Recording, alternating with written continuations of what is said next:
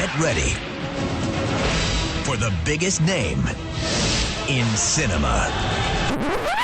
Hello, and welcome to the Warp Shelf. I'm Frank Duran. I'm Deshaun Vasquez. And today we are going back in time. That's about as far as you can go.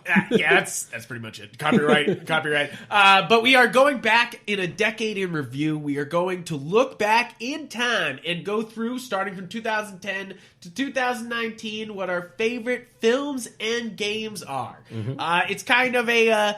it's a little bit into 2020, and I feel like this will be a good thing to wrap up the last decade. I know you've probably seen a billion of these, but it'll be our personals, and I feel it's always going to vary from person to person. And I feel like it'll make you realize what games and movies came out in those times. Because it's super easy to get mixed up as to what actually comes out, especially when it's been like years and years. And, kind of remind you about some good films and good games, that's kind of the point of this.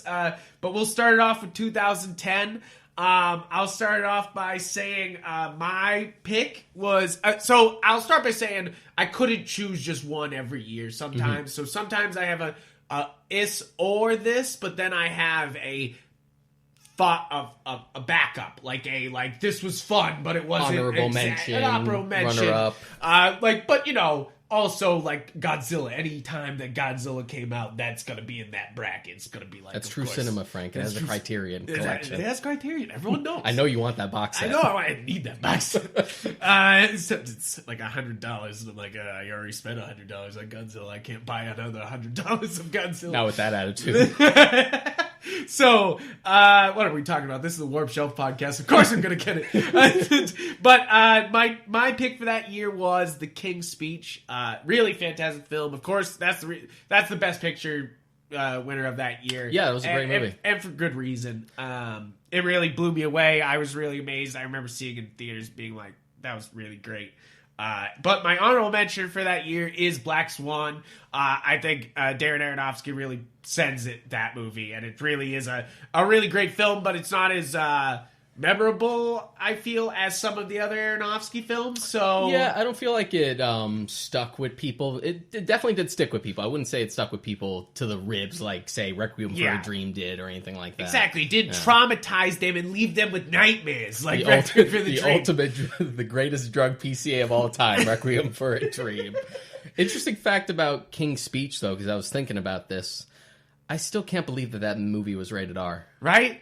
Just because of that one scene. Fuck. Well, now our podcast is explicit. Oh, man. Now we got an R rating. This is supposed to be a family show. And that was the thing, some of the actors came out and called out about the MPAA. It's just like, this film is not really for adults. Like, you can watch this. Yeah. It just has a handful of fucks in this one scene where he's trying to talk. And it's obvious. Yeah, it's a great scene, too. Scene, But the MPAA is its own can of worms. So what was your pick for 2010 best film? Inception. So, damn it! So how did I not see Inception on my list? I said I did a lot of research for this episode, but obviously my research was flawed and shitty because Inception is one of my favorite movies of all time. Yes, period. For me, it's always been in my top 5. I saw it 3-4 times in theaters. It was the first film I had seen of Nolan's outside of the 2 Batman films at the time, since Rises hadn't came out yet, and it was the movie that made me want to watch everything else in his filmography. Then after that, it's just like, well, time to watch Memento, time to watch Insomnia, time to watch The Prestige, time to watch all of this. I love Nolan, too. I can watch anything Nolan, and of course I was a Nolan fan going into it, and going into Batman I was a Nolan fan, so I really just, I'm still, anything Nolan does, I'm like, okay, yeah, whatever you need. And it influenced the whole generation of trailers trying to emulate that warm sound. Whoa. Everyone trying to be Hans Zimmer. There's only one Hans Zimmer, all right? But, yeah, you're right. It changed trailers for, pretty much ever. For a while. It was a few years out. Whoa. So for that year, for my game pick, my actual pick is Bayonetta. But I want to preface Bayonetta as a pick because, of course, I didn't play it until, literally 2017. But it was such a great game that I feel like it came out that year. It has to be that pick for that year. But the game that I did play that year that I was obsessed with, that I admit is not a good game, but it is my pick for that year, but not actually a good game, is Dante's Inferno. First step to admitting you have a problem. First step to solving a problem is admitting you have one. I really enjoyed this game. I was a little Catholic boy at the time, and I was really like zealous and like really loved. I had already read Dante's Inferno, and then when I played the game, I was like, "Wow, what a crazy adaptation! And it's so bloody and cool." Yeah, and, when we had around the time we had first met, I remember you defending it. yeah, I mean, like when everyone's just like, "No, just play God of War, you psycho." Yeah, and that's really it. Is that it is a God of War clone, but at the time, I would take any God of War clone at that time, you know, like, so, and I really took it, and I was really into it, and you had a 360 back then, so you couldn't even have played God of War. Yeah, and so that was the other thing, you know, it was kind of like, I want God of War, but I can't, like, so it was like, I had that, I had the movie, I had the game, I had the movie, I had the comic, like, they really leaned into it, and so did I. Yeah, there was, like, kind of a heavy marketing campaign for that. There was a lot of, like, supplemental material for it. They were really trying to make it a thing. And I realized... Oh shit's falling in my house. But I realized that it's not a good game, but like it's still a place in my heart where I was just like, that's so cool. What a cool thing. And maybe I'm not believing like that anymore at all, but like I definitely still enjoy that game for what it is. And what about Bayonetta? And Bayonetta's, it's just so, it's smooth, it's hard, it's fun. It's one of those games that, like, when I played it, I was kind of upset that I didn't play it before. Yeah, it was made specifically to be sort of a spiritual successor to Devil May Cry. Exactly. It was from the same creator. And it was, and one's so interesting because it's so different than two, but we'll get to later, but... One is so great. It stands out on its own. But what was your pick for this year? For games, it was... Let me see here. We got a list. We did our research. We wrote down... Red Dead Redemption. Red Dead Redemption. Darn tootin', you picked it right. That is I would say, is not only a video game defining, but like a genre defining moment. Absolutely. It was a game that actually helped me appreciate the Western genre as a whole. It took a lot to sell me on a Western growing up because they were just so slow because I didn't understand taking your time and building tension. So after I had beaten Red Dead, because I wasn't really big on GTA 4, it felt like such a step back from like Vice City and San Andreas and so constrained, and this felt so free and so huge. I'm like, I think I get this genre now. Immediately like binged Once Upon a Time in the West and the Dollars trilogy, etc. Exactly. And I'm like one of the few people I know who actually played Red Dead Revolver back in the day. I actually played Red Dead Revolver as a kid. It was a great game. And speaking of spiritual successors, that's another case of it was supposed to be like a spiritual successor, not so much a sequel. Exactly. But it's a great game, and I feel like it really did understand the genre better than most games understand the genre they're emulating. Absolutely. You know, like so moving on to 2011, my pick of the year is the next Best Picture winner. Do not think that I'm going to pick the Best Picture winner every time. I just agreed with them this year. Strangely, it was weird.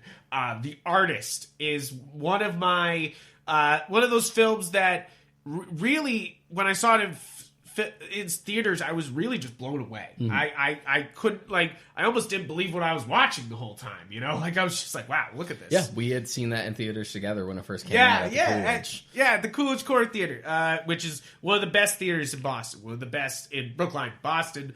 But it's one of the best theaters around, and it's really a great, if you haven't been there, please go there. They have great, they have indie films, they have everything, they have artsy films, they have everything you could think of, and like tonight we might go see Parasite there. Maybe. Yeah, since that's been on the backlog for a little bit, so on the list. It might be something we do, but yes, we saw The Artist there, and it was wonderful, and one of those things that you said it still stands up today. I watched it recently. I watched it about a year ago. It still holds up pretty well. Like just the idea of like this huge movie star who is really into silent film, and then as soon as we make the transition to sound, he sort of just like loses everything because he's stuck in the past. He can't move on. He dismisses this new format. Yeah. And oh boy, is that ever topical ever. Never. Change no. So I really enjoyed that movie. But what was your pick for 2011? Drive. There we go. All right, I love Drive. It's so tense, and only Ryan could have brought that intensity to that character. I feel like he brought some real. Ryan Gosling was always one of those actors where he's just like, you're really good. You just need like some really good movies to show what you can do, and then Drive. And he's had a couple great ones since then, especially. Yeah, since then. But that was like the first big one. Was just like, you guys need to stop thinking about Ryan Gosling just the dude from The Notebook. Yeah, exactly. Like, we're long past that. Exactly, and yeah, like I really love the soundtrack for that movie. The soundtrack, it's so 80s and great, and this was before like the wave of like 80s retro bringing it back. The 80s is cool again, started to hit. And I just love its sense of tension. I had heard a joke online once that it's like if Michael Mann directed The Transporter. And I feel like that's kind of perfect. Yeah, kind of it. Yeah, that's pretty much it. Great movie. So for the pick of the game this year, you can say your game first for 2011. Portal 2. Portal 2. Now, Portal 1, I played Portal 1, and that's pretty damn quick. But Portal 2's longer. Yeah, it's only about, Portal 1's only 4 to 6 hours. You can breeze through that. Portal 2, I remember being maybe 11 to 13 hours, but it also depends on how long it takes you to figure stuff out. But Portal 2 also has the multiplayer, which is its own thing. It's not just the same puzzles again. Oh, cool. It's wholly new puzzles that you can play with co-op and stuff like that. I actually never played most of Portal 2. I played a bit of it, but I never played all of the it. The multiplayer was actually really fun. Nice. Co-op, figuring out the puzzles together that require 2 people to solve it and get your timing right. Super fun. Super fun. That sounds great. So for 2011, for my picks, I had some weird ones here. So I felt like I was cheating by picking this one, so I picked 2. Ocarina of Time 3D, I feel like is a total cheat, but it came out that year, and it was something that me and you played the shit out of. Definitely, yeah. And I feel like that was a great pick. But my real pick, instead of a port, is Arkham City. Arkham City was a great addition. It was such a good step. And Batman it was so much fun to be able to play a real Batman story, Yeah, it was definitely, I was thinking about Arkham City as well, and it was sort of like a real toss-up. Yeah, it's a hard pick. But also what came out that year, Nintendogs and Cats. Oh, man. Yeah, Changed the game. Changed the game. No. And then we have Ultimate Marvel vs. Capcom was that year. I played the vanilla Marvel vs. Capcom 3 and really enjoyed it, then just kind of fell out of it. And I never really bothered with Ultimate Marvel vs. Capcom 3 because this was around the time where I was kind of fuck Capcom and their shitty business practices. Right. Fair enough. But I feel like I played the shit out of that game. It's I have to mention that me and my brother sat down and played the shit out of Ultimate Marvel vs. Capcom. It was just great. But yes, Arkham City and Ocarina of Time 3D were my real picks. I would say that counts. At least for my personal list on here, I try not to add any remasters. I said remakes are fine. The problem with stuff like Ocarina 3D or even say Spyro Reignited is that nothing really changed. Is that it is technically a remake because they did remake it from scratch, but they try to emulate the original game as much as possible. I would say that counts. Yeah, exactly. But then again, you don't have the same restrictions as I do as my own list anyway. I have a few in here which are... I have my own self-imposed rules. With when I do pick ones that are remasters, I list another game also. But, that works. So let's move on to 2012. We got... do you want to go first with your pick for 2012? For film? Sure. Yeah, this one's a hard year because 2012 was stacked. Yeah, I was thinking about it, but I eventually narrowed it down to Django. Yeah, I also put Django as my or. I was like Django gave me a smile my entire time I was watching it. I remember seeing it in theaters and just smiling the whole time. It's just so fun. It was hilarious. It was just a great time. My other than or was Skyfall was for that year. Yeah, that's definitely a good one. I really like Skyfall. It's still not my favorite. Like, I'm a big Casino Royale guy. Yeah, Casino Royale's great. But Skyfall is definitely, like, upper tier for the It's Bond. upper tier Coming Bond. from someone who has sat through all of them. I have watched every single one, and all it good and bad. I'm missing like 7, but I've seen most of them, and yeah, I really like Skyfall. But then also that year was The Dark Knight Rises, so I still love The Dark Knight Rises. I do too. It's So that's my runner-up for that. It's one of those films that like people liked fine, but everyone compared it to The Dark Knight. And The Dark Knight was lightning in a bottle. And I feel like over the years, people have kind of like soured on it further. I still think Dark Knight Rises is a very good movie. I think it's a very good film because it's kind of, and I think they were going for this was Return of the King. You know, like it's supposed to be these big open battles, these big like end all. Big bombastic conclusion that somehow ties back to Batman Begins, so it brings everything full circle. It's still very well done. Yeah, I think it's very well done. Sure, there's some weird parts, but and plus, the thing that's kind of refreshing about it is that it's the most comic booky of the 3 movies. Yeah. Where it feels like they dialed back on more. So it's like, no, this has to be completely grounded in reality. It's just like, you know what? Let's be a little comic booky now. Let's have a little bit of comic book bullshit. Let's have some fun. But it also has Bane, you know? Yeah, like, and that Bane alone is like, you know, like... He's stuck with people. It literally reinvented the character. Like, everyone tries to... Even the comics are trying to, like, emulate that version of Bane. It's funny now. because, like, people complain about, like, which character of Bane they're picking. Mm-hmm. Now they're like, well, that's not classic Bane. And I'm like, classic Bane is a dumbass. Like, if we're going back, it's just Venom. But then you go into Nightfall Venom is when they started to be like, hey, what if we gave Venom... what if we gave him Venom and he stepped up and was able to be actually, like... a threat to Batman. Yeah, because if you take away like the Venom aspect, it still ticks all the boxes. Just like the idea of a villain who's Batman's mental equal but is physical superior. They have that down. The cunningness, like the tragic backstory where he was raised in a prison. Like, all that's there. It just doesn't have the prison, and he has like the new mask is like a different sort of gimmick. It's still... it still fits the framework. Still fits the framework. And then you have, of course, what most people grew up of Bane is the Poison Ivy sidekick dumbass. Like, you know, and that stuck with comics and cartoons for a very long time. That was annoying because, the amount of times I would know people who never read comics because they watch Batman and Robin, they would think, well, aren't like Poison Ivy and Bane like a thing? Isn't like Bane like her like henchman or something? Yeah, it's right. Like, no. For Dark Knight Rises, Dark Knight Rises, people expected Poison Ivy to show up because of Bane, and I was like, you fucking dumbasses, you pieces of shit. But it's just one of those things where people just didn't know, and it's one of those things that people still don't know because... Yeah, and plus, to be honest, I think there's a fair amount of people like there who don't really care about the trilogy itself. They just like Dark Knight. Yeah, exactly. Because I imagine the people who don't like Dark Knight Rises probably don't really care about Batman Begins that much. They just like Dark Knight, and they just wanted another Dark Knight.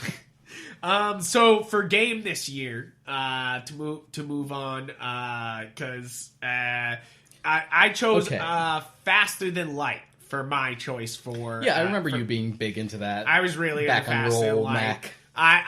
I thought it was awesome that it was basically Star Trek the game, you know, like, but in a good like kind of RTS sort of way. It's such a simple game too. That's the thing. Exactly. But my runner up for that year is Journey. Journey is an interesting experience because... And it's an experience. Emphasize on experience. It's definitely a divisive one because it calls into the arguments of just like, this isn't really a game. It's just a walking simulator. You hear like the same complaints every single time. Journey is like an ultimate chill out game for me. I still play it every now and again because it went like free on PlayStation Plus a while back. So every time I'm just like, I just want to have chill, just experience and chill and pure atmosphere. It's a good game for that. Yeah. It's interesting to see the elevation of like games as an art form because it's literally just like the hero's journey, the game. Simple. That's it. Yeah. That's it. Journey. Literally journey. It's exactly what it says on the tin. Done.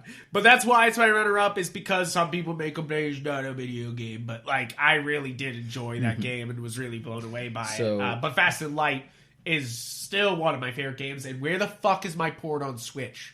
Where the fuck is my port on Switch Either that or just a straight up sequel. Yeah, exactly. Give me Faster Than Light 2. Give me Faster Than Light times infinity. Give me Faster Than Light X. I don't give a shit.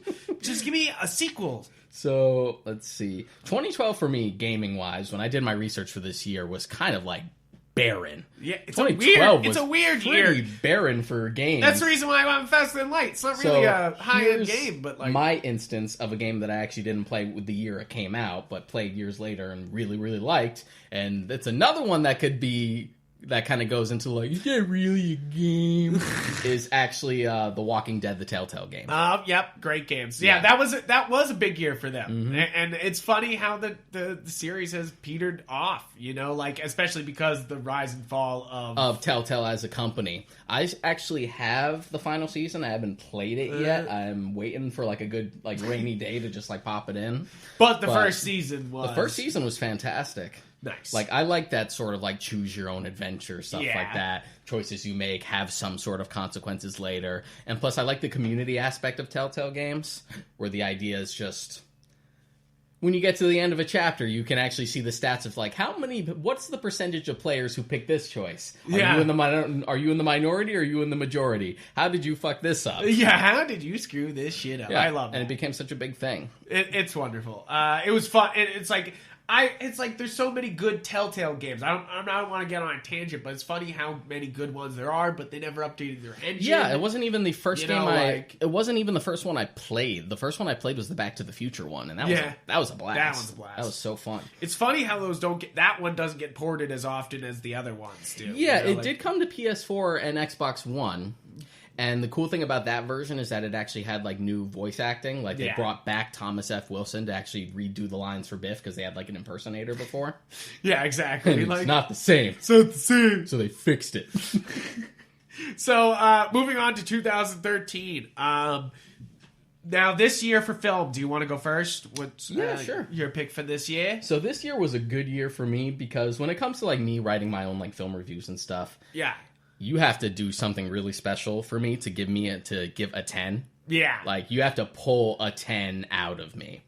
And this year had 2 for me. And then there wasn't another one until 2017. But this year it's a tie between 2 films. Her. Yeah, Her's great. And Her was on my list, and it's my or here. Yeah, it's my, you can see it's my or her. And Her's so good, though. Like, it's one of those films that, like, makes you feel good, but then makes you feel really disturbed. It makes you feel reflective. Yes. I like the ideas that it plays around with, and it's one of those things where it actually, I wouldn't say stirred up controversy, but there was this, like, ongoing debate because there was, like, Oscar talk about Scarlett Johansson as the voice of the OS in Exactly. Her. But then they were like, but she's never on screen. She's just what do we do? So the Academy was, like, really having a conniption for it. She gives you an argument for it. Yeah, absolutely. Is the real thing. You know, like, she gives you an argument for a voice actor, like, Oscar. Yeah. You know? And then the tie for it was Before Midnight. So it's funny that it's 2 romances from that year, which is really interesting. You love the Before series. Yes, I do. It came about just kind of out of random. It was around near before the Oscars are coming out. I wanted to see, besides just like major tentpoles, what was coming out for that year. I'm just like, what movies are people liking? Like, let me find some good indie stuff. And there was a movie that came out Before Midnight. Just like Before Midnight, directed by who? Just like, Richard Linklater. So like Slacker, School of Rock, Dazed and Confused. I like Richard Linklater. It's like, it's the third in a trilogy. Okay, well, who's in it? It's like Ethan. I like Ethan Hawke. Yeah. So I watched the first movie, just kind of like, I'll give this a shot. Loved it, and was immediately just like, based on the premise, I need to watch the next one, and then finish the next one. I need to watch the next one. So I ended up watching all 3 movies in one night. Nice. Wow, that's crazy. Love those movies. I still have not seen those. And I have a nice like Criterion trilogy box set at home for it. We got something to do next time we record. Yeah, I'll bring it over at some point. So my because I said or her, my pick that year was 12 Years a Slave. 12 Years a Slave is thinking about that. Bold motherfucking film, and one of those movies that just makes you uncomfortable, it makes you sad, it makes you angry, it makes you just like, holy shit afterward, and I don't know many other films that can make you feel all those things. To be honest, the only other films I could think of are Steve McQueen's 2 other films. Yeah, right? Like, Jesus Christ. But then my parentheses film, like my like favorite talk about film this year was, of course, Man of Steel. Man of Steel, me and Deshaun are staunch defenders of. We will fucking die on that Man of Steel hill. On that hill. To this day. To this day. To this day. To this day. No, seriously, contact us on Twitter. We'll fucking fight. But Man of Steel, I still love that film. It's the reason why it's got to be mentioned. Yeah, it was a film that I actually had to like try to convince myself not to see a third time because I'd already seen it twice. It's a film that it's sort of a Superman film I didn't know I wanted to like really lean on like the First Contact stuff, and you and I compared it to Superman Earth 1 by J. Michael Straczynski. Yeah. And we both really liked that, and it felt like it was emulating that a lot, especially the first volume. Exactly. So it was a take that we both liked. It's sort of just the realistic, and it's not even so grounded that it's like the Dark Knight films. Yeah. But it's still just like, okay, reasonably speaking, how would people actually react to like this alien coming down to Earth? And you watch it, you're like, yeah, it seems about right. Seems about right. Also, the misconception about like the mass destruction, most of it comes from Zod. Yeah. Most people have only seen this film once, so they like put the blame on Superman's shoulders. It's mostly Zod. Yeah, it's mostly Zod destroying things. It's really not. Every time he tries to get him away, Zod just keeps coming back to the city, coming out swinging. Just watch the film, yes. But 2013 game choice. So I went with A Link Between Worlds as my first pick. Mm-hmm. My or is Injustice, but the Link Between Worlds is the real pick. Because Link Between Worlds, I'm a sucker for Legend of Zelda. Anything Legend of Zelda, I'm like, please, thank you, yes, I will play it immediately. And the Link Between Worlds was really, I played A Link's Awakening growing up, and it's kind of reminiscent of Link's Link to the Past. Links to the Past, I mean, which more was or less emulating Link's Awakening. You know? Yeah, it's more or less like a remake and a sequel because it like follows the same beats. It has, for the most part, the exact same map. Yeah. So yeah, it is sort of like a remake and a sequel, but I love Link Between Worlds. It's actually a game that I actually like more than Link to the Past. Like, I will jump back into it sooner than I would for Link to the Past. Link to the Past is fine, and I really did enjoy it at the time, but I really do love A Link Between Worlds. Mm-hmm. It's one of those games that, like, surprised me, really. Every dungeon made me really happy. I really enjoyed the puzzle-making aspect of it. It really... Yeah, and the gimmick of, like, merging with the wall was one of those things where when we saw the trailer for it, I was just like, I don't know how I feel about it. That's a weird one. But then actually seeing it in function and how it functions within the actual game was fantastic. It's definitely one of the better gimmicky things that Zelda has done over the years. Yeah, because usually they always have the one. Yeah. There's always at least one gimmick. Yeah, exactly. May it be a talking cat or a train. Like, a train. He's going to be a doggy this time.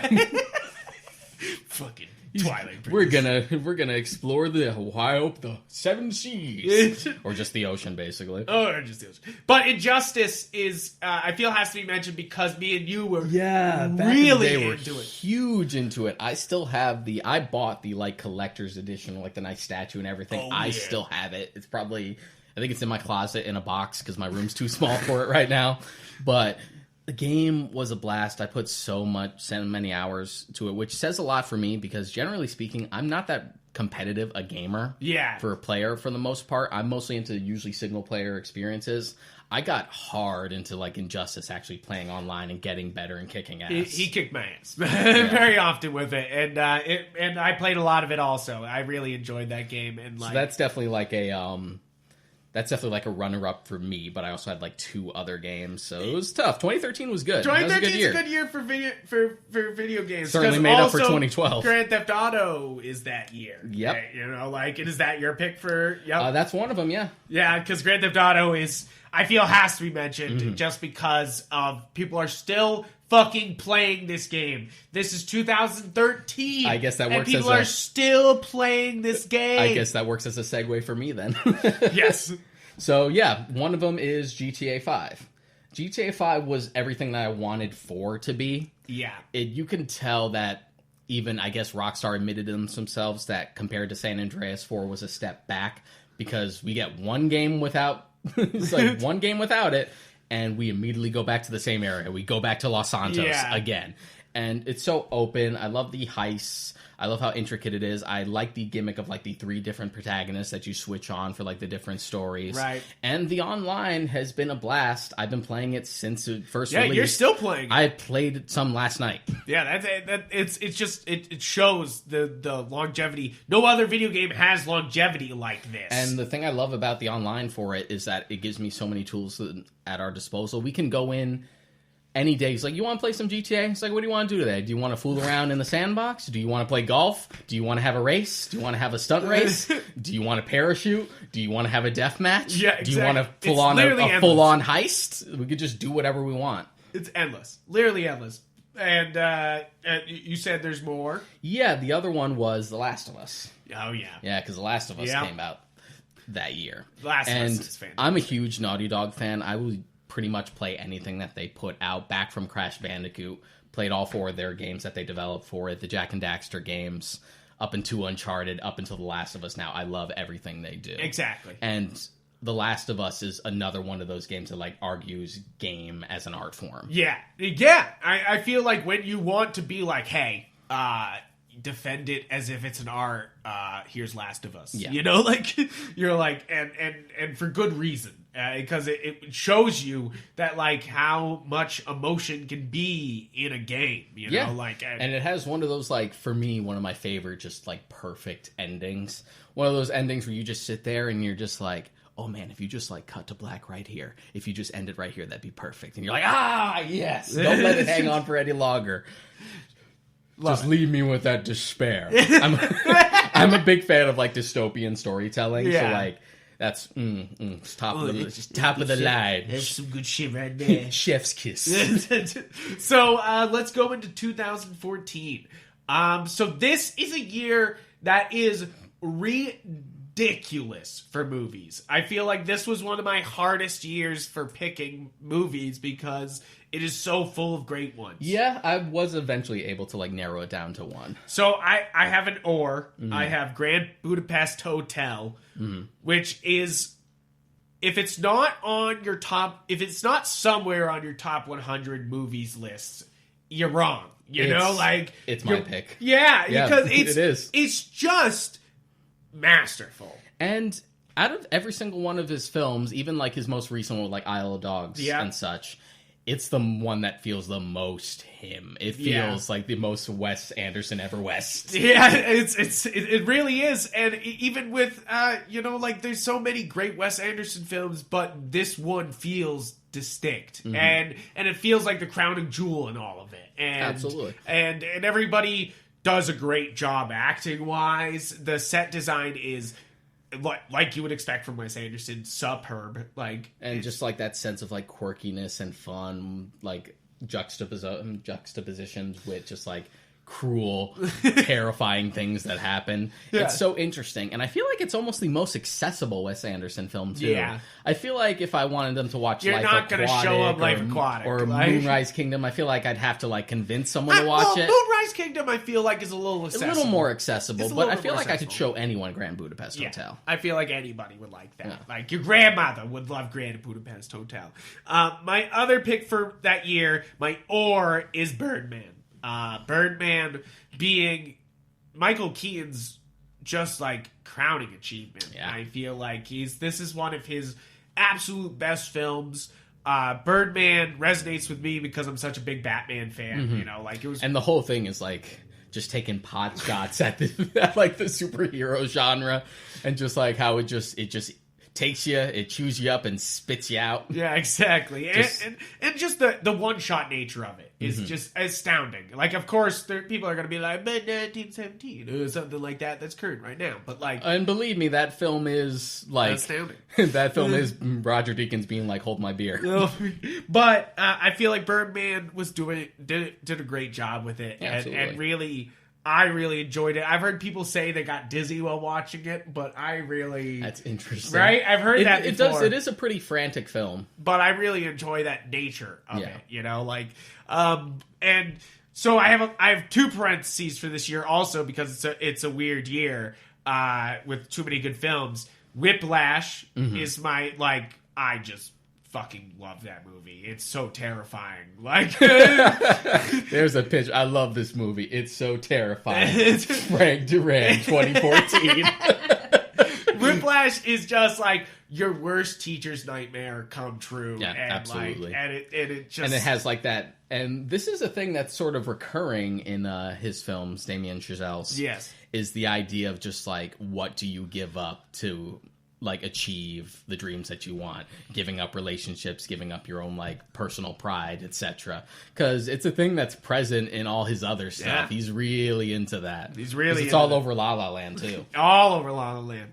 And then my other parenthesis, of course, Godzilla. But in 2014. Look, Godzilla 2014 is fun. It's fun. All right, it's fun. It's not very good, but it's fun. It's fun. I had a good time. Saw it many times. Yeah. So going on to games. Do you want to start off with your pick of the game? Pick of the game. Pick of the games. What you get? Okay. This one, my favorite was actually Bravely Default. Yes, I knew you were going to pick this. The minute I saw it on 2014, I was like, I'm not picking that because Deshaun's going to fucking pick that. Like, Bravely Default was a big one for me. It was actually like a pretty rough year for me in 2014. That was the year that I like had to move back to my hometown because like financial struggles amongst other things. And I couldn't really afford many games, but Bravely Default was one of those things where, like, not only was it such a good RPG, it's honestly a better Final Fantasy game than most of the main series Final Fantasy games that have come out in like the past decade. Yep. And it was just so good and so fun. It like kept me sane. Yeah. But great experience, great game. You got me playing it. I really enjoyed it. I didn't beat it because the same problem I have with every one of like those games. turn-based RPGs. I just get to a point where I'm like, oh my fuck.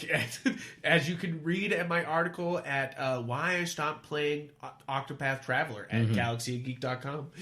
You can look it up. I literally chronicleize why. Come and tell him why he's wrong. Yes. I'm sure you will be at somebody's like, son of a bitch. Like, did he just say something bad about Octopath Traveler? And I still haven't even played Octopath. I really want to. I got to do it before the Bravely sequel comes out. Yeah, so you can understand they're trying to evolve what Bravely Default did. That's why I bring up Octopath Traveler. Like, is that they basically were like, hey, we could take that system and go further. Which is good because there was a direct sequel, Bravely Second End Layer, and it wasn't that interesting. I never finished that because I lost interest. It wasn't that good. And I guess apparently I guess they forgot about it too because now they're just straight up doing Bravely Default 2. They're pulling a Xenoblade Chronicles. Just like, what? X didn't happen. What? I didn't say that. I didn't say that. So my pick for games this year, but this was a tough year because it's kind of it's a weird year for 2014.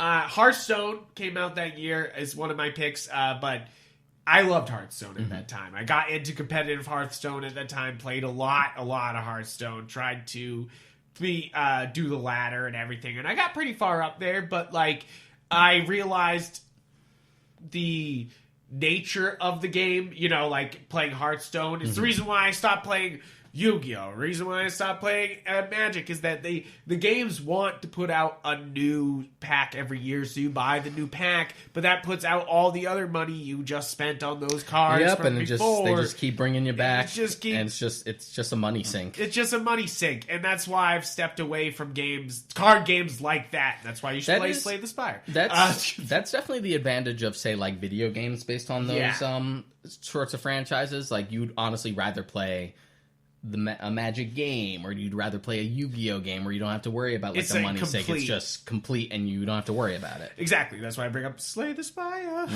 because it's just complete and you don't have to buy fucking shit. But it's definitely a great game. But my other pick for and you wouldn't be surprised for that year is Bayonetta 2. Bayonetta 2 is. I love Bayonetta 1, but I didn't play Bayonetta 1 until years later when it was Bayonetta 1 and Bayonetta 2 on Switch. Yeah.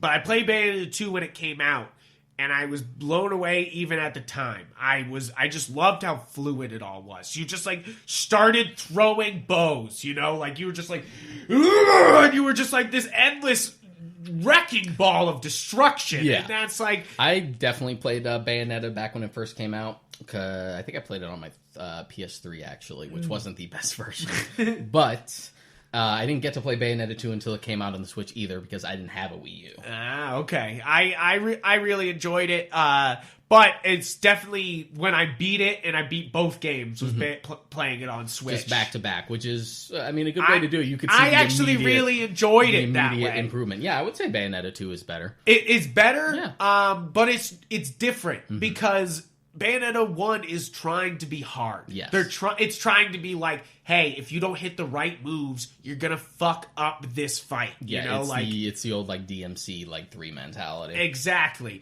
But Bayonetta 2 lets you just kind of let loose. And it's a different type of game, you know, like it's different things. But Bayonetta 2 has to be unequivocally better. But both stories are just fucking all over the place. But Bayonetta 2 tries to be more epic and tries to be bigger, and I feel like that's where it succeeds. Yeah, I would say so. In that it finally sends Bayonetta to the big fight that it should have been the whole time. I'm definitely looking forward to 3. I wish we could hear more about it. It's been like, well, it's coming, and then like silence from them at that point on. It's happening. Also, Mario Kart 8 came out this year. I feel like that has to be said. And Steel Diver was free on 3DS that year. That's Steel Diver. And Frank likes submarines. I'm sorry. Context. Okay, yeah. For context, I'm weird. I'm weird. I like submarines. My dad was in the Navy. His dad was in the Navy. I fucking love submarines. I don't know. I don't want to be on a submarine. I don't want to fucking be in the military, but I fucking love submarines. So when that game came out, I played too much of it, even though it was just a free, like, nobody was supposed to play this much of this game, you know, like. Yeah, no one besides you. You're the one clocking in the hours. The guy being like, woo! Yeah. Like, so that was back on the 3DS, and we were both give me my just like... Switch version. That's all I'm saying. I need Steel Diver on Switch. Frank advocates for more submarine games. But Mario Kart 8 was also very good. It's still not my favorite. I think it's I think from a quality standpoint, it's probably the best. But I still have a real soft spot for Double Dash back on the GameCube. Yeah, I just love that gimmick. Yeah, I feel like Deluxe takes the right steps, and that's the reason why 8 doesn't get my actual pick for that year. It's in the parentheses. It's in the parentheses. So 2015. Let's get into it. Movie for this year. What'd you pick? 2015. Mad Max Fury Road. Oh, son. shit. I really did bad research. Fuck! Mad Max Fury fucking Road. Because damn, that movie was great. I remember we saw that twice. Like, so at least together we saw it twice. Like, no, not together. We did see it twice on our own. This is when I was still living in Holyoke. Oh, okay. Because like I'd already moved. Because damn, I saw it the other day. Literally saw it the other day. It was just on TV, and it stands up. This movie's great. Like, I would argue that it's probably the best action film of this past decade. Yes, because it's definitely up there at least, and it is such a breakneck movie, you know, like it starts and it just goes. For like 2 years, there was a running joke with me and my buddies in my Discord of just like every film that came out, it was just like, even if it was a fantastic film, it would be like, you know, it was all right, but it wasn't no Mad Max. It wasn't no Mad Max. It wasn't no Mad Max. Every single thing that came out was just like, no, it was okay, but you know, it wasn't no Mad Max. So I mean, yes, I agree with you. Mad Max should have probably been my pick for this year. Just the idea of like George Miller, who hadn't really done a big action film in so long after he finished up like the original Mad Max trilogy, went on to do stuff like Babe, Pig in the City, and Happy Feet, comes in to show all these young ass directors how it's fucking done. I love it.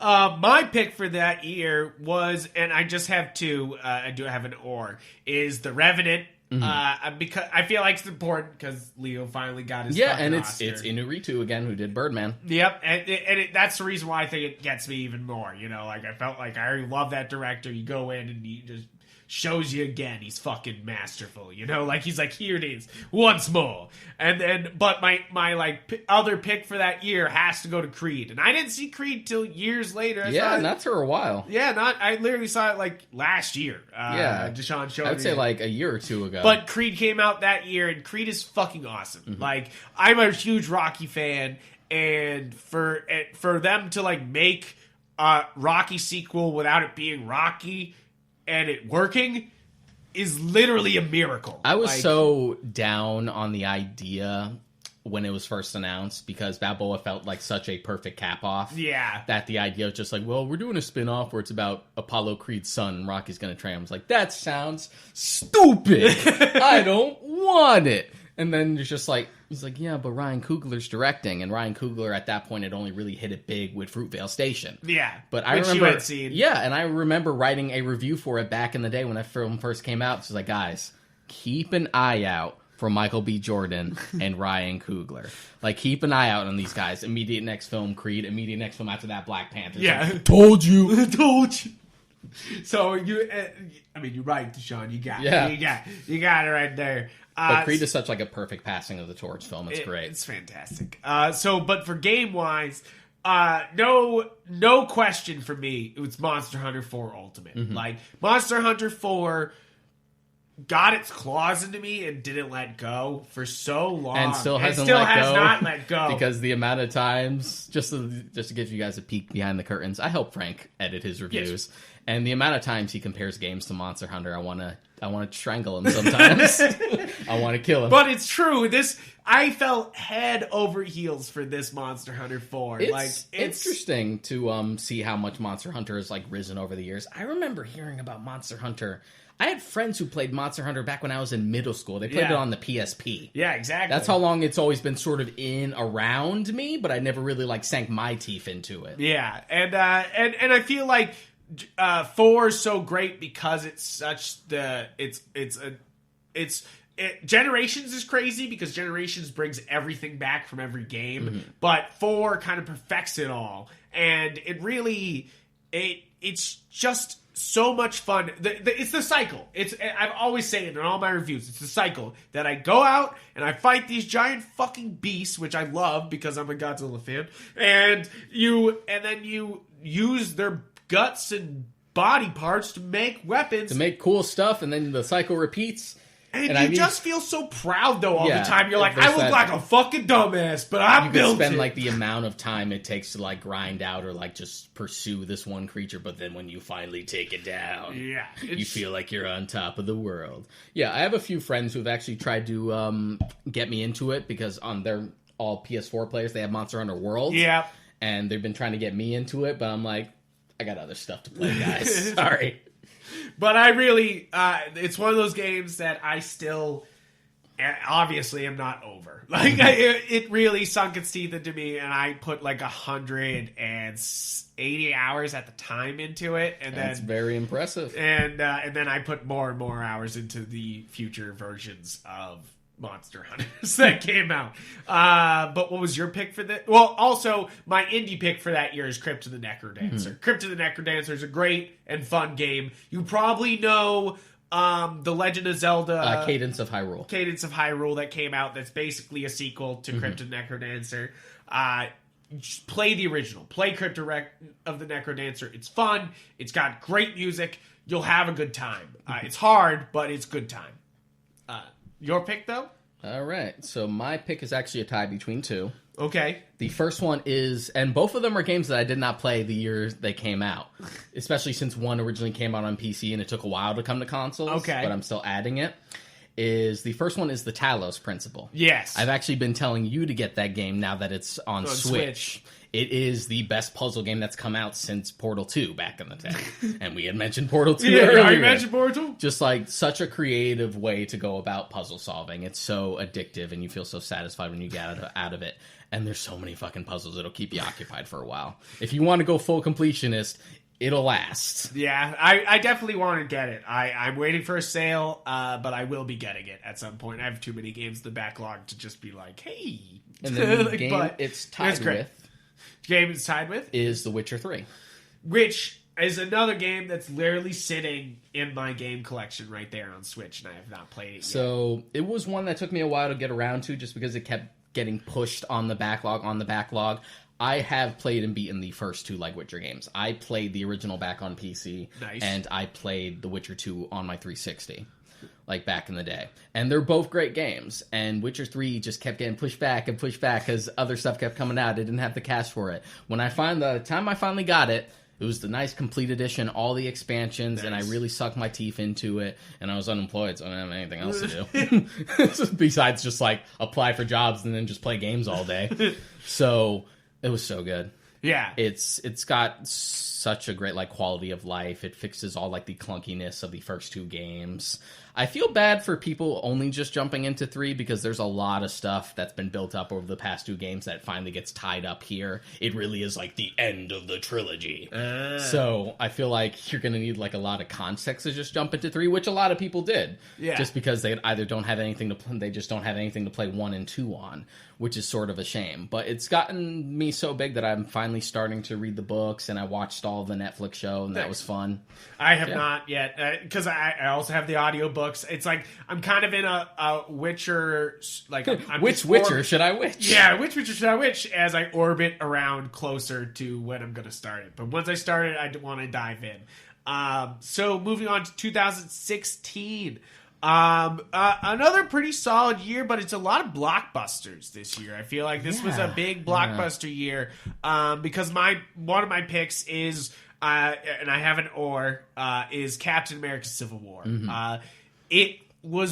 I loved Winter Soldier, and I still do. I think Winter Soldier is fucking wonderful. Winter Soldier is still my favorite MCU film. Yeah, it's amazing. But Civil War was great because it still brought that energy of Winter Soldier, but then was still like, hey, but Spider-Man. And you're like... but Spider-Man, and it's also sort of Avengers 2.5, but it's still very much Cap's story. Exactly. And I really enjoy it. It's better than the comic. Yep. Yeah, that's true. They took what few things worked about the Civil War comic, because the Civil War comic's not very good, and they improved on it. Okay, I love the Civil War comic. It is not good. I will say that, but I love... That's one of the series that got me into reading comic books, so I can't, like, hate it too much, because I really do, like... I'm always just like, ooh! It's got cool moments, but it's a mess. Yeah, it's a mess. But yes, and then my other pick for that year is La La Land. La La Land is fantastic, and I feel like if I mentioned Whiplash, I had to mention La La Land. Yeah, it's just La La Land is. There's a reason why it was winning awards that year. It's a fun film. It's joyful, like, you know, like. But then when it wants to make you sad, when it wants to like wind down, it really winds down, and sort of it leaves you like this sort of like bittersweet note. Yeah. By the end. My runner up for 2016 though was Rogue One. Rogue One, I still will argue, is one of the best Star Wars films. I like Rogue One. We had actually spoken about this before during like the Rise of Skywalker. Oh shit, are we talking about Star Wars again? I thought we were done forever. I thought we weren't going to talk about Star Wars again. I thought the saga ended. God damn it! But Rogue One, again, like I had mentioned before, is a film that I really like on a technical perspective. I love its sense of scale. And I love seeing, like, putting the war back in Star Wars. Exactly. But my big problem with it is just its characterization. Yeah. And I feel like just its overall I feel like the meat of its story and its characters could just be a lot more fleshed out. To be honest, post Mandalorian, I feel like the story of Rogue One might have actually worked better as like a miniseries. Yeah, probably. Yeah, it might have been nice. But Disney Plus wasn't a thing back then. Not yet. Can't go back. And like I said in our Star Wars review, I don't think we'd get Mandalorian without Rogue One. Yeah, I don't think definitely. the grittiness of Star Wars was really on display there, and it sold, so they were like, we're going to continue to do the grit and everything else. So what was your pick for 2016? Kubo and the Two Strings. Oh, yeah, you fucking love Kubo and the Two Strings. And for a goddamn good reason. That's Kubo's a great movie. Such a good movie. And it was such like an overlooked animated film when it first came out too, which makes me sad because Leica makes such good stuff. They also did Paranorman and Coraline. It's the reason why Missing Link just won the Golden Globe. Yeah. I like, even though nobody saw Missing Link. Like, that's the thing. They make good stuff. They make good stuff, but nobody saw that movie. But at the same time, they're artists. Yeah, Kubo and the Two Strings is just like a beautiful film to look at. I like stop motion animated films. Yeah. It's something that just becomes rarer and rarer the more you go along. It has such its own identity and look that you don't get from traditional animation or even CG. And Kubo's got a great cast. It's just a really fun cast. Like Matthew McConaughey as Beetle. Beetle is really great, and like it's just one of those movies that just like. I didn't see it till years later until you sat me down. You were like, you're going to fucking watch Kubo and the Two Strings. I was like, shit. And I finally watched it. It was really wonderful. Like, yeah, absolutely. And I also remember hearing comparisons at the time where it's just like, you know what? You change a few things about this movie and you could have a Legend of Zelda film. Yeah. Pretty much. The quest for, like, the 3 different items so he can complete the armor. You just change that to, like, oh, this is the thing we need to do to unlock the Temple of Time and get the Master Sword. Like, you change a few things and, like, this is a good template for a decent Zelda film. Yeah. That we'll never get. That will never happen. Let's go into games. The games for that year. So, no surprise, my pick is Monster Hunter Generations. Guess who's back? Guess who's back? It's Monster Hunter. But for real though, Stardew Valley came out that same year. And of course I didn't play Stardew Valley at the time, but that is a literal I have a review on GalaxyGeek.com. That game is crack. That game is literal don't play that game because oh my god, you will not stop playing. Oh, you're saying not to play it? Because I remember distinctly for the longest time you trying to strong-arm me into playing the because I put thing. like 40 hours in 2 days or something. It was something stupid where I just I disappeared into this game and was like, Deshaun, you're going to have to play Stardew Valley because I don't know. It's just generally speaking, like those types of games don't really do much for me. Yeah, are you just not going to get the Harvest Moon? No. Or the what's Animal Crossing. Animal Crossing. That's coming up. Nah. I'm not into Animal Crossing because the small animal thing. Like, if it was just Sims, I would play the fucking Sims. Look, man, back in my day when I was growing up, I played video games to get away from my chores, not to sit down and play virtual chores. He's got a damn good point, people. Just like, I get the appeal because it's just like that sense of I have a control of my life in a controlled virtual environment, which I'll never get in real life. Just like, it's just that catharsis. Just like, oh, it's just chill. I can just unwind. Chill. Just tend to my crafts. But if you have not played Stardew Valley, do yourself the favor. It's a good time. Like, it's one of those games I point to people who have never played video games before. Because I'm just like, you will enjoy this, but Monster Hunter Generations, boom. So your pick, Seth? Uncharted 4: A Thief's End. Oh, yeah. Ah, man, it was so good. So fucking good. And it was sort of a hard sell. I didn't think an Uncharted 4 was necessary. Because while Uncharted 3 wasn't as good as 2, I would say, I feel like it was an admirable finish. Yeah. Just like Crash 3 or Jack 3 were. And I'm just like, I'm good. And we have Last of Us now. We can move on. And it seemed like it was sort of a hard pull for Naughty Dog as well, because like Amy Hennig, who had wrote the first 3 games, didn't really want to work on it anymore. She had left. But then they got the 2 game directors for The Last of Us to do it. And you can tell. Because this is definitely like the darkest.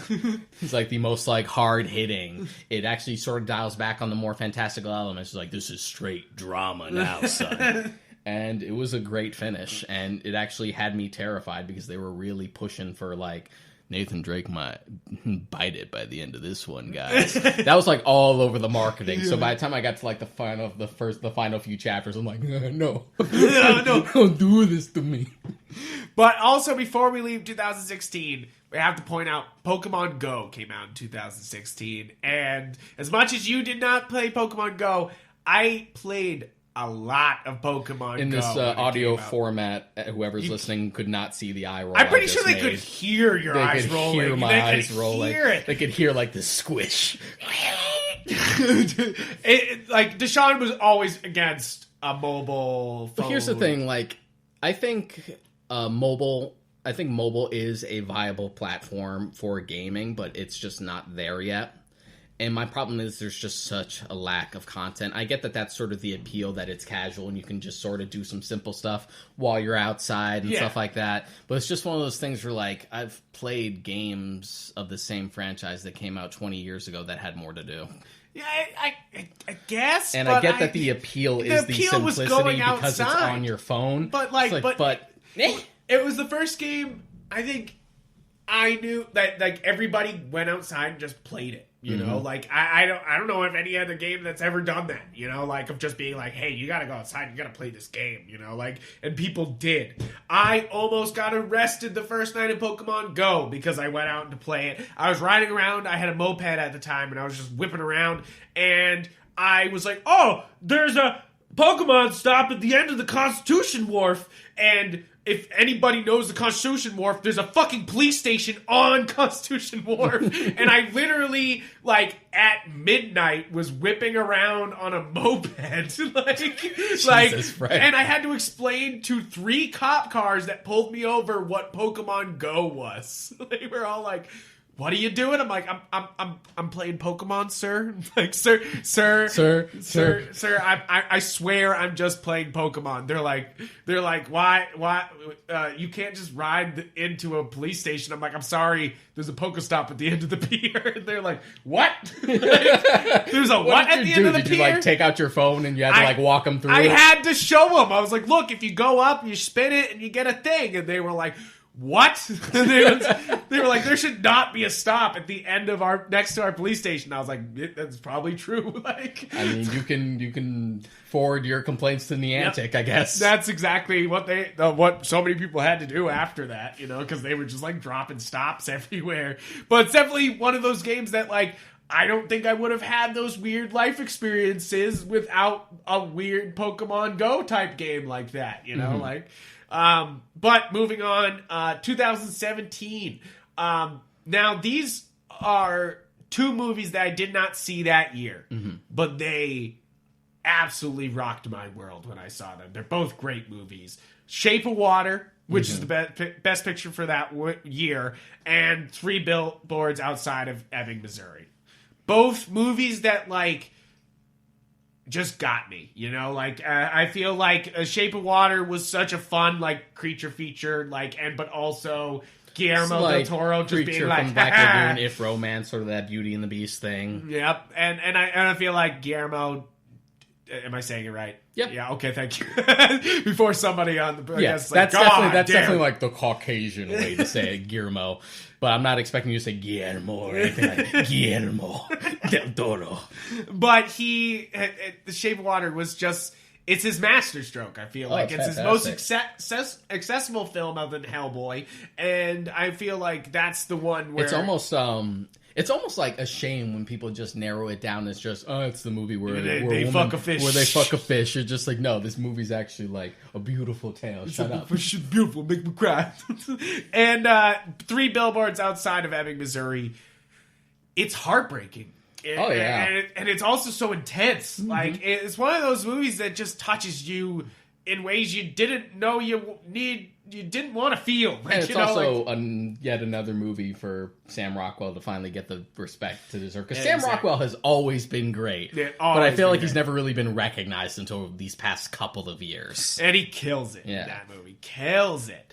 How has he not worked with Tarantino yet? I don't know. They would seem like they'd be made for each other.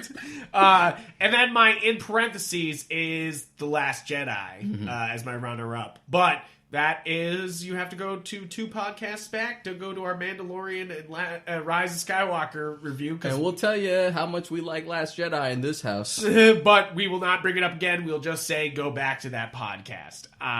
So what was your pick for this year? Blade Runner 2049. Oh, shit. A movie I still haven't seen yet. Fucking good. It's so fucking good. Oh, man. Blade, talk about another, like, hard sell of just like, oh, please do not make a sequel to Blade Runner. I don't want a modern Blade Runner film that tries to turn it into what it isn't. It's like this big, like, action fest when Blade Runner's never really that. It's literally just noir in the future. Yeah. So it has those same trappings. It has those same pacing issues. Which I get why it doesn't like resonate with everyone, but Blade Runner 2049 was excellent. I think my hopes were like alleviated, my skepticism after I had seen Arrival, which Denis Villeneuve had also directed, which is also fantastic. Great movie. So after that, and the fact that Ridley Scott wasn't directing it, just like, you know what? This has promise. This may work. And it was absolutely fantastic. Plus, Roger Deakins on cinematography, so it is gorgeous to look at from beginning to end. It was a 10 out of 10 film for me that I wrote a review for back when it first came out. And again, that was the first 10 out of 10 I had given since back when Her came out. Dang. So it takes a lot to pull it out of me. But this year is another hard year for video games. I feel like this was a hard choice for me, but I chose two. Legend of Zelda Breath of the Wild, because obviously, like, Breath of the Wild, I don't even know why we have to say it.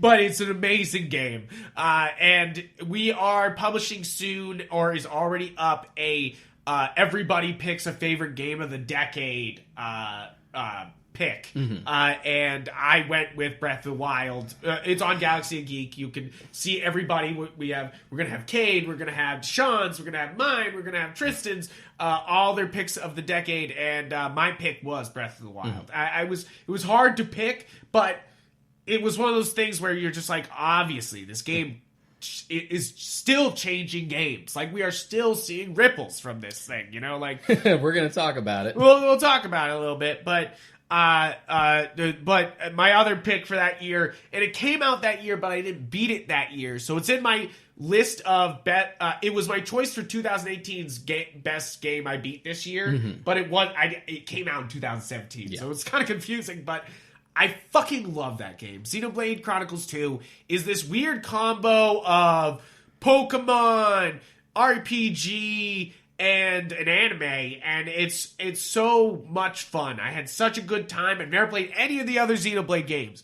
I played Xenoblade Chronicles 2, and it was my most played game until Pokemon Sword came out. I bet you're going to be playing the definitive edition of the first game when it hits the Switch now. Oh yeah, I'm going to fucking play that game because I was really blown away, and it really, like, it's one of those games that made me believe I could beat really long games, and now I do all the time. You know, it's actually great that the original game is getting ported to the Switch, because that's a hard game to find. Yeah, it's only came out on the Wii, and it's really high demand. You can still pay like $60 for it.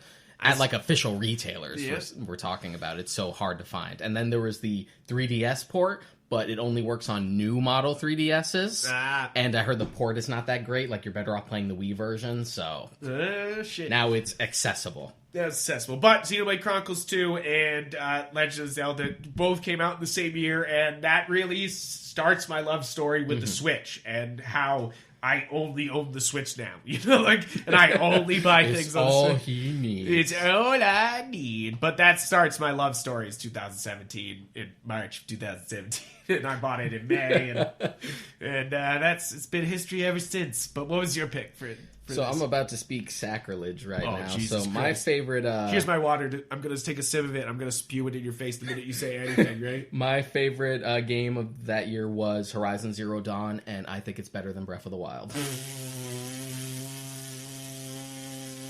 I'm faking it. No. What? Did you say, though, like, Horizon Zero Dawn is better than Breath of the Wild? Better than Breath of the Wild. Why? Yeah. Here's the thing about Breath of the Wild. And let me preface with this, that Breath of the Wild is a great game, and I would say deserves a majority of the praise that it gets.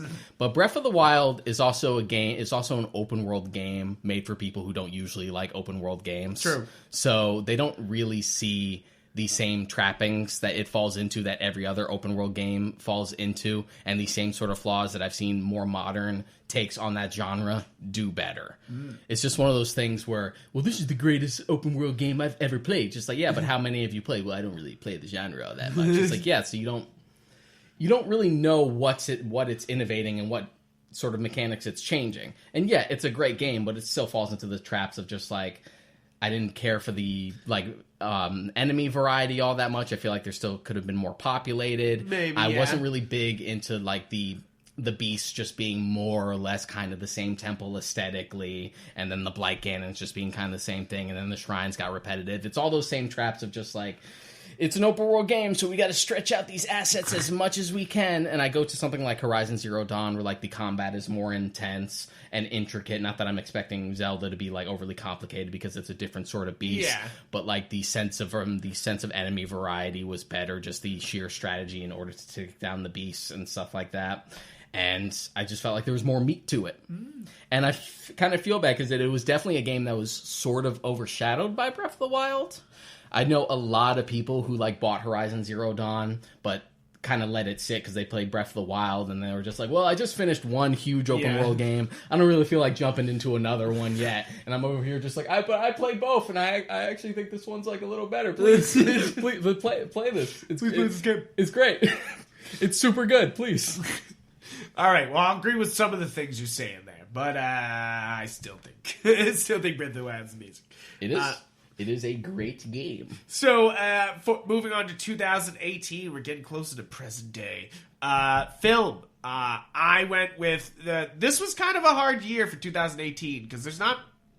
I couldn't really choose which one I liked the most. I have a tie for film. I went with Into the Spider-Verse because I had such a great time. You know, that's on mine as well. If there's something that a film should be, is that you should go and have a great time. You know, like, sure, there's lots of things that film can accomplish. It can be an art form and make you feel different things, but like at the core of what a film is, it's an entertainment piece. And Into the Spider-Verse is such an entertaining and fun movie, and it finally like does Miles Morales, and it does action the way Spider-Man should have a feel for its action. You know, it should be rapid, it should be fun, it should be quippy, it should be funny, and a lot of films have gotten close, but they never get there, and Into the Spider-Verse nails it. Like, yeah, and it definitely does have the advantage of the medium.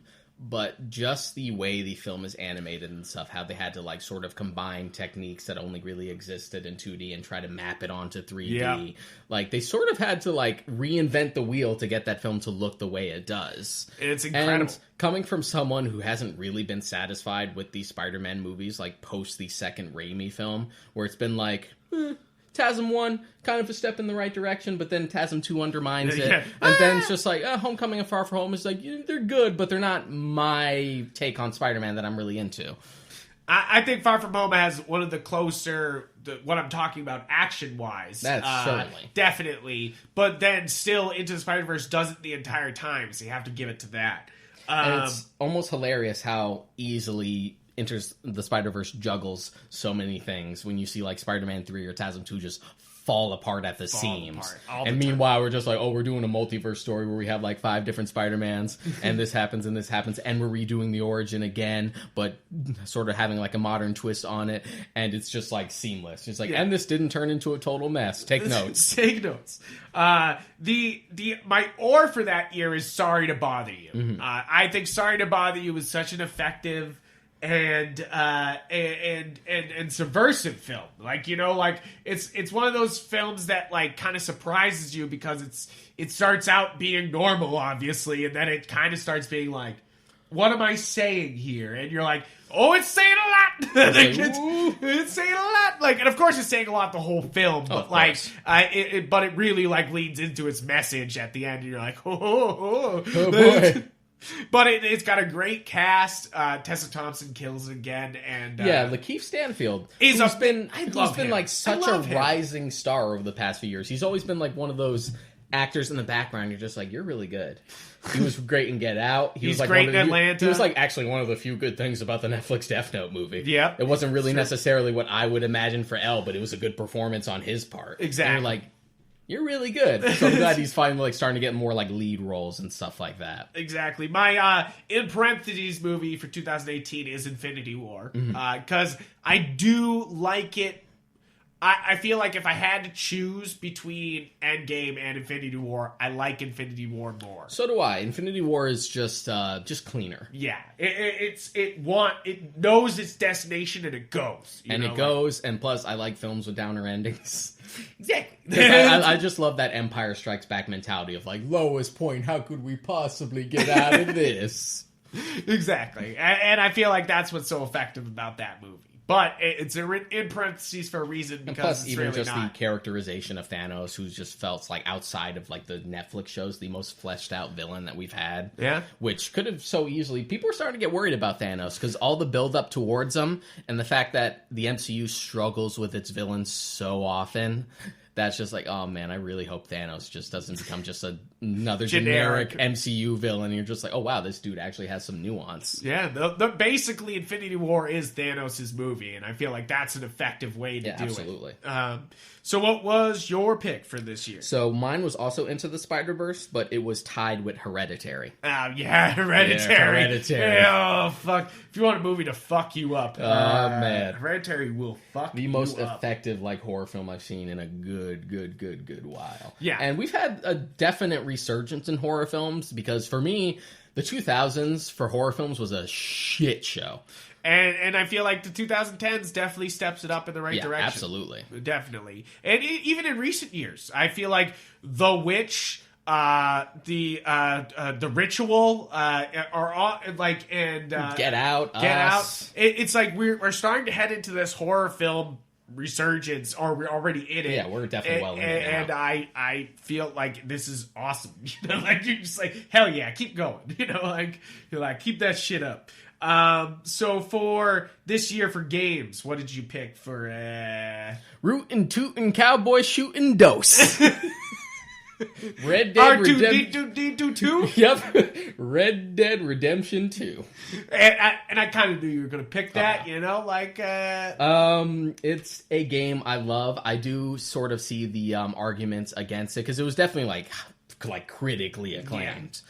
But I do sort of the arguments for it that the pacing is a lot slower than the first game, whereas the first game was just kind of GTA, but with cowboys, as far as combat and speed-wise. Yeah. This one really kind of slows it down and gets real atmospheric. The combat's a little slower, a little more methodical. But for me, it actually made it more challenging, because Red Dead 1 was really easy. Yeah. Red Dead 2 feels a lot more challenging, and it just really just goes balls deep into like the Western aesthetic. Nice. It feels even more authentic to the genre, and I love the story. It's actually a good prequel, which doesn't happen often. Yeah, no, it doesn't. To be honest, it actually happens more often and turns out well in games than it does for movies. Yeah, exactly. But super well done, great story. I cried.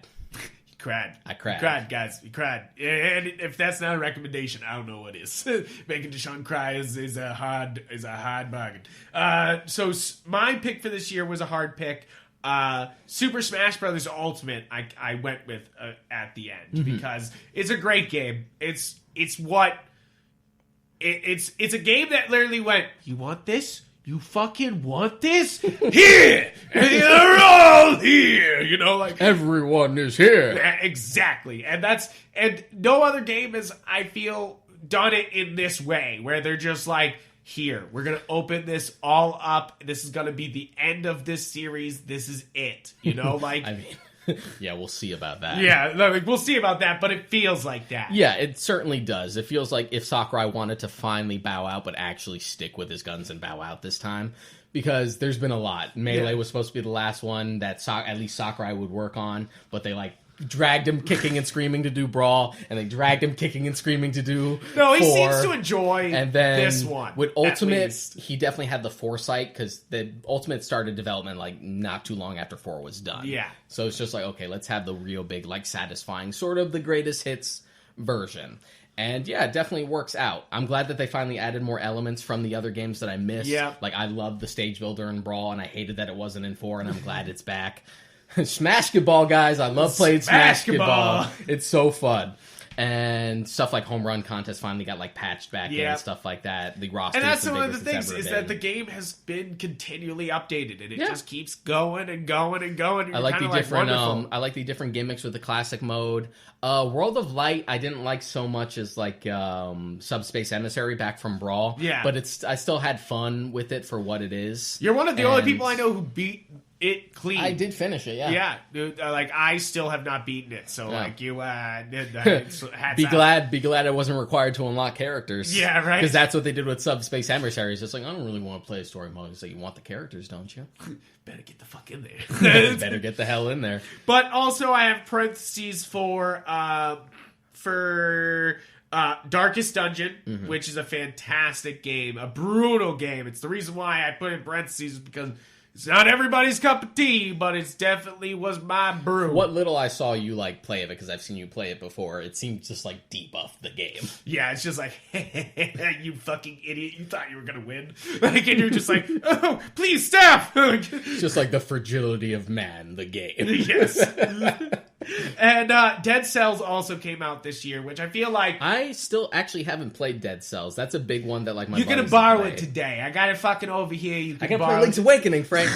You're gonna have to do both. Fine. Dead Cells is fantastic, and I'm sure anybody listening will be like, yeah, Dead Cells is great. You know, like, if you played it, you know why this game is great. I think I was like in the middle of actually about to buy it, and then I ended up getting Hollow Knight instead. Which wouldn't very be a same bad vein, thing. Yeah. same vein. And but I enjoy Dead Cells more because I went a lot further in Dead Cells than I did Hollow Knight.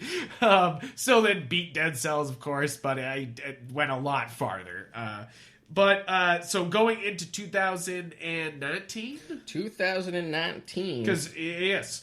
So this one is this year. This one's kind of a hard one for me because I kind of suck, guys. I need to watch... slacking this I've been year. slacking this year. Like, when they announced the Golden Globe winners, I was like, fuck. Because I haven't seen most of those. And then I was like, they announced the BAFTAs, and I was like, shit, I haven't seen any of these. And they're going to announce the Oscars soon. It's like, I haven't seen anything. And I'm like, ah! So it's a hard year for me to pick a winner because I'm going to say my winner, and then people are going to be like, yeah, but have you seen Once Upon a Time in Hollywood? I'll be like, no, I'm sorry. Have you seen... Joker. No, I haven't seen it yet. I haven't seen that? this. And I'll be like, sorry, no, I haven't seen it yet. I've been bad this year, but I'm going to try to, before the run up to Oscars, try to get as many of these Best Pictures that will hopefully be announced. I'll try to get them all in. But my choice for it, and I know it won't be nominated for an Oscar, but I really did enjoy this movie, was Lighthouse.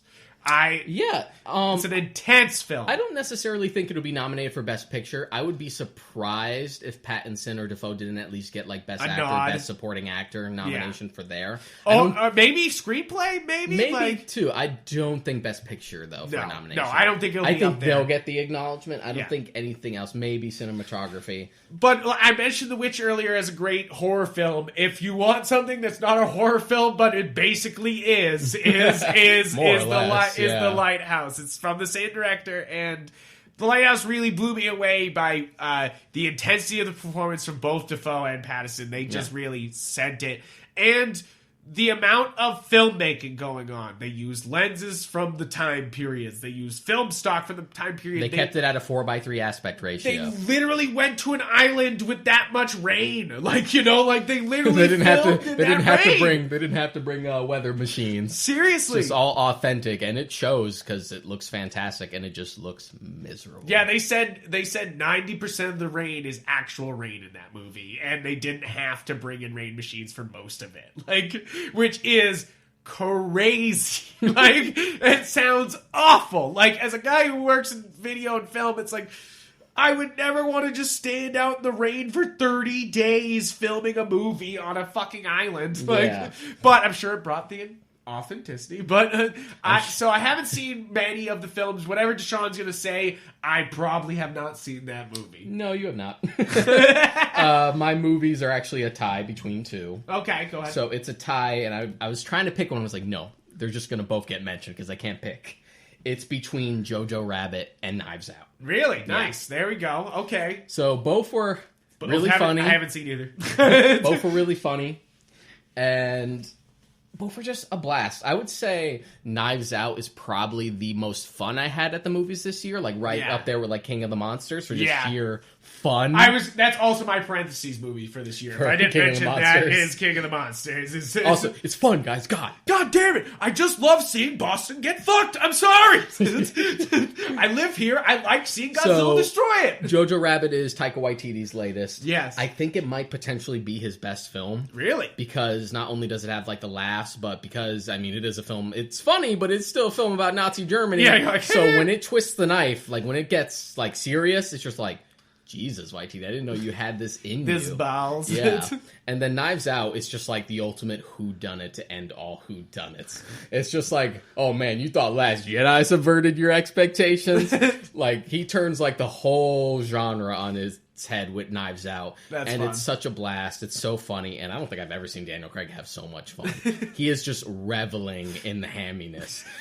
Between this and Logan Lucky, I think Daniel Craig's found his true calling is playing like Southern American characters because it seems like he has way too much fun doing it. That's funny. It was just a blast. Ryan Johnson, I know, has said that he actually already has like the idea. It's 2's already coming. Yeah, he already has like the idea for a sequel. I don't know how I feel about that. Just because Knives Out like I said, feels like the ultimate like whodunit to end all whodunits, and I feel like it'd be really hard to top. But the same thing is, it's kind of an Agatha Christie story, yeah, right? And that's the idea. Agatha Christie has an unimaginable amount of novels. Yeah, and that's the idea. It's just like the recurring character will be Daniel Craig's like inspector character, and then a different mystery every time. And I'm just like, I like the idea, but I feel like it's really easy to cheapen it.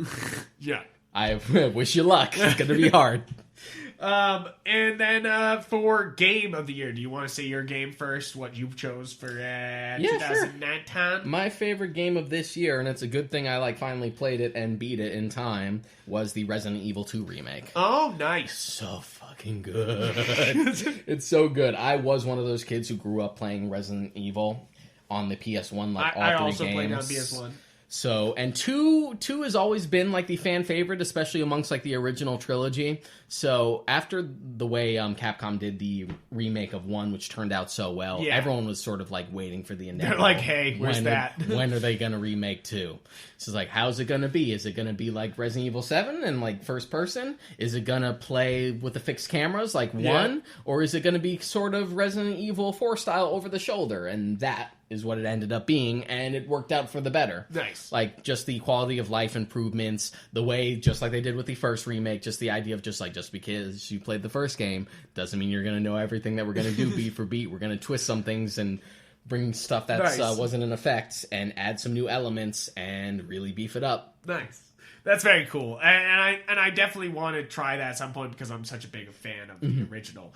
But my pick for this year, which I don't know if you've played it, I'm pretty sure you didn't, is Fire Emblem Three Houses. I did not. You goddamn need to. It's just fucking amazing. I don't care about Fire Emblem Break. I'm sorry. Yeah, well, this might change your mind. This is That's what they said about Awakening. Yeah, I know you. Yeah, I guess so. But this is just. I was a big Awakening fan, and I was so excited for this Fire Emblem, and for it to come out and just blow me out of the water is such a joy you don't get in any medium. Like, usually you overhype something and then you go into it and you're like, shit, this sucked. Like, you're like, damn. But this just blew my mind balls. It was such a cool, like, combination of a life sim and Fire Emblem, and also this, a very deep RPG. And the story was fantastic, and the animations were great. I was just really astounded by it, and I can't wait to go back. You were definitely taken aback. And I'm not really big into Fire Emblem. I have a lot of friends in my circle who are. And even they who weren't big on like the last 2 games, like they weren't big on Awakening or Fates. Yeah. Feel like have told me that like this is much more their speed and a return to form. Yeah, and it definitely is. And if you want that hard Fire Emblem, it's here if you want it. You know, like you don't have to choose it, but it's there. Like, you know, like, and I really was blown away by it, and I can't recommend it enough to anybody else. Like, people need to play it. Like, it's just one of those things where it was voted r/Nintendo Switch's Game of the Year, and I'm pretty sure it won on Nintendo.com's poll for Game of the Year. And there's some great games this year, you know, like there really is. Yeah. And shout out to also DMC5, which I recently finished, which is also fantastic, which says a lot for me because I am the first one to just shit on Capcom because Capcom annoys me to no end. I had mentioned the MVC3 thing. When I said that I was done with Capcom, I was done with Capcom between Ultimate Marvel vs. Capcom 3, did not play or buy any of their games until Resident Evil 7 came out. Yeah, but of course I played it because Monster Hunter. And even then, it took a little bit to convince me to get Resident Evil 7. I'm like, this better be fucking good. And it was. But, so, I mean, guys, that's pretty much it. That we have now gone through the entire decade. We'll see what 2020 brings us. Hopefully some good shit. There's already been some good stuff coming out, so I'm sure it will shape up to be. Well, I mean, as far as gaming is concerned, March is going to be nuts. Way too many games coming out in March. So we'll do something like a year wrap up at the end of this year, I'm sure.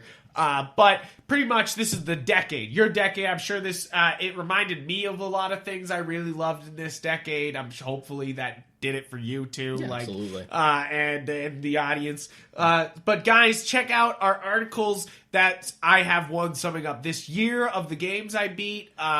We have articles from Cade. He's going through 90 games from this decade, if you're looking for something like that. and then we have we're gonna have a Galaxy of Geek like choice best video game of this decade that will be up on the site. So we're really leaning into this like decade and review thing. If you want more, or year review, and plus there'll be another one when like the Oscars come out. We probably do a show about that. We'll cover it because I'm gonna try to get as many done as I can hopefully possibly get. I don't want this to just be like the Deshaun show. It's just like, well, what do you think, Deshaun? What do you think, Sean?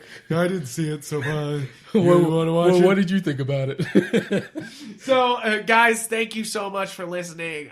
We are on pretty much like everything. We are on 14 different services. The only service that I've submitted to that we have not gone into yet is iHeartRadio. We are on everything else. Google, Apple, Spotify, Stitcher, like TuneIn, anything you can possibly think of. 14 different sources. I was really pushing for Stitcher for you guys. Just want to let you know. The only reason I was is because I use Stitcher. Yeah. And you know how people are. Yeah. Just like, oh. I don't want to jump services. Like, yeah, it's like, if I can't see it on this platform, that don't really bother. It's just like, I have this movie you think you would really like. Is it on Netflix? No. Well, I guess I'll never watch it then. Son. You know how people are. Yeah, exactly. But please check us out on all those platforms. Check out Galaxy of Geek. And please hit us up on our Facebook. We now have The Warp Shelf Podcast Facebook, or it's facebook.com/The Warp Shelf. No, just Warp Shelf. Just Warp Shelf. Just Warp Shelf. And guys, thank you so much for listening, and hopefully you subscribe and you hear more from us. See you next time. Adios.